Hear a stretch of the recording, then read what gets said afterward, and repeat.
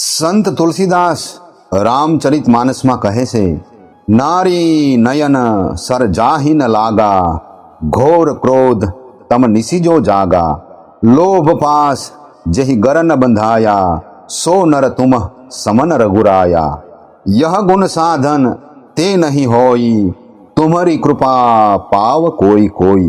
આ જગતમાં કોણ એવું છે કે જે નારીના નયનોના બાણથી બચી શકે? કેવળ એવા કે જેની પર સદગુરુની કૃપા થાય છે ને જેને પ્રાણી માત્રમાં પ્રભુ દેખાય છે। માત્રા સ્વસ્ત્ર દુહિત્રાવા નવિવિક્તા સનો ભવેત, બલવાન્દ્રિય ગ્રામો વિદ્વાન સમપી કરશતી। ભગવાન વેદવ્યાસ કહે છે કે ઇન્દ્રિયો બહુ જ બળવાન છે। વિદ્વાન પુરુષે પણ પોતાની માતા, બહેન અને પુત્રીની સાથે એકાંતમાં ન રહેવું જોઈએ। આ વાત પર તેમના શિષ્ય જૈમિનીએ કહ્યું, પ્રભુ, એ વાત સમજમાં નથી આવતી કે શાસ્ત્રોના જ્ઞાતા વિદ્વાન પુરુષને પણ ઇન્દ્રિયો કેવી રીતે ખેંચી શકે? ઋષિ જૈમિની શાસ્ત્રો અને વેદોના વિદ્વાન હતા। તેમના પ્રશ્નનો ઉત્તર આપ્યા વિના જ ભગવાન વેદવ્યાસે કહ્યું કે મારે થોડા દિવસો માટે બદ્રીનાથની યાત્રાએ જવું છે। તમે ત્યાં સુધી આશ્રમને સંભાળજો, હું પાછો આવીને તમારા પ્રશ્નનો જવાબ આપીશ।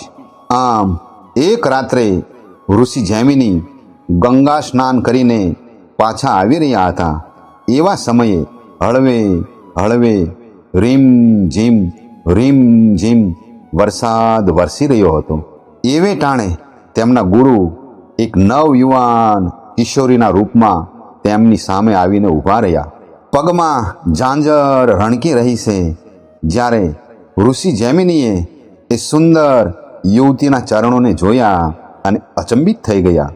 એ યુવતીએ મીઠા મધુર સ્વરે કહ્યું કે મારી રક્ષા કરો, હું આ જંગલમાં એકલી અટવાઈ ગઈ છું। હવે આજની રાત હું અહીંયા રોકાઈ જાઉં, સવારે નીકળી જઈશ। એકલી અટુલી અબળા નારી હું હવે ક્યાં જાઉં? ઋષિ જૈમિની કહે, અમારા આશ્રમમાં કેવળ બ્રહ્મચારી જ રહે છે અને અત્યારે અમારા ગુરુદેવ પણ હાજર નથી, તેથી અહીં રાતવાસો રહેવું એ તમારા માટે સંભવ નથી।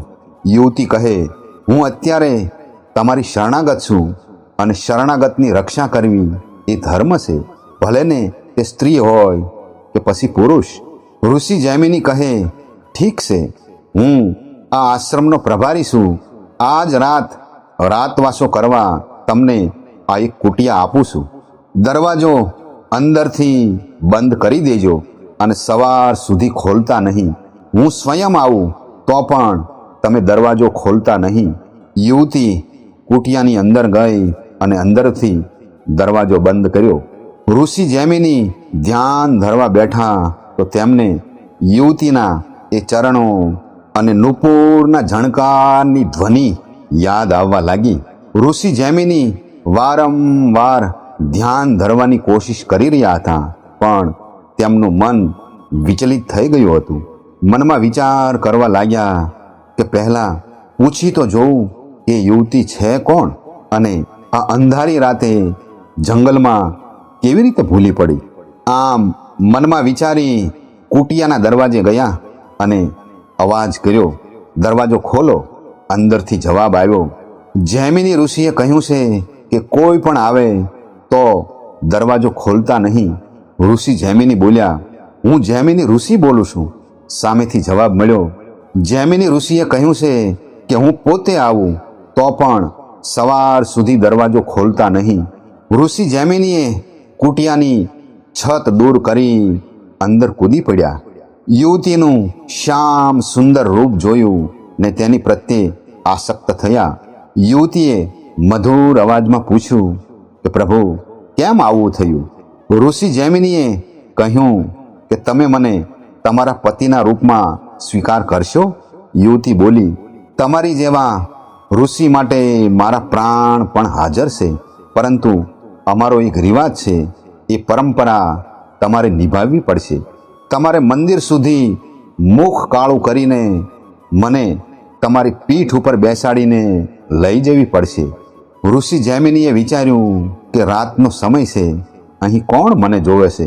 તેમણે પોતાનું મુખ કાળું કર્યું અને યુવતીને પીઠ ઉપર બેસાડી મંદિરની તરફ ચાલવા લાગ્યા. જ્યારે મંદિરની નજીક પહોંચ્યા તો એ યુવતીએ એક જોરથી થપ્પડ મારી. ઋષિ જૈમિનીએ પાછું વળીને જોયું તો તેમની સામે ગુરુદેવ ભગવાન વેદવ્યાસ ઊભા છે. મંદ મંદ સ્મિત સાથે કહ્યું કે હવે સમજમાં આવ્યું કે ઇન્દ્રિયો વિદ્વાનને પણ હરાવી શકે છે. ઋષિ જૈમિની બોલ્યા, હા ગુરુદેવ,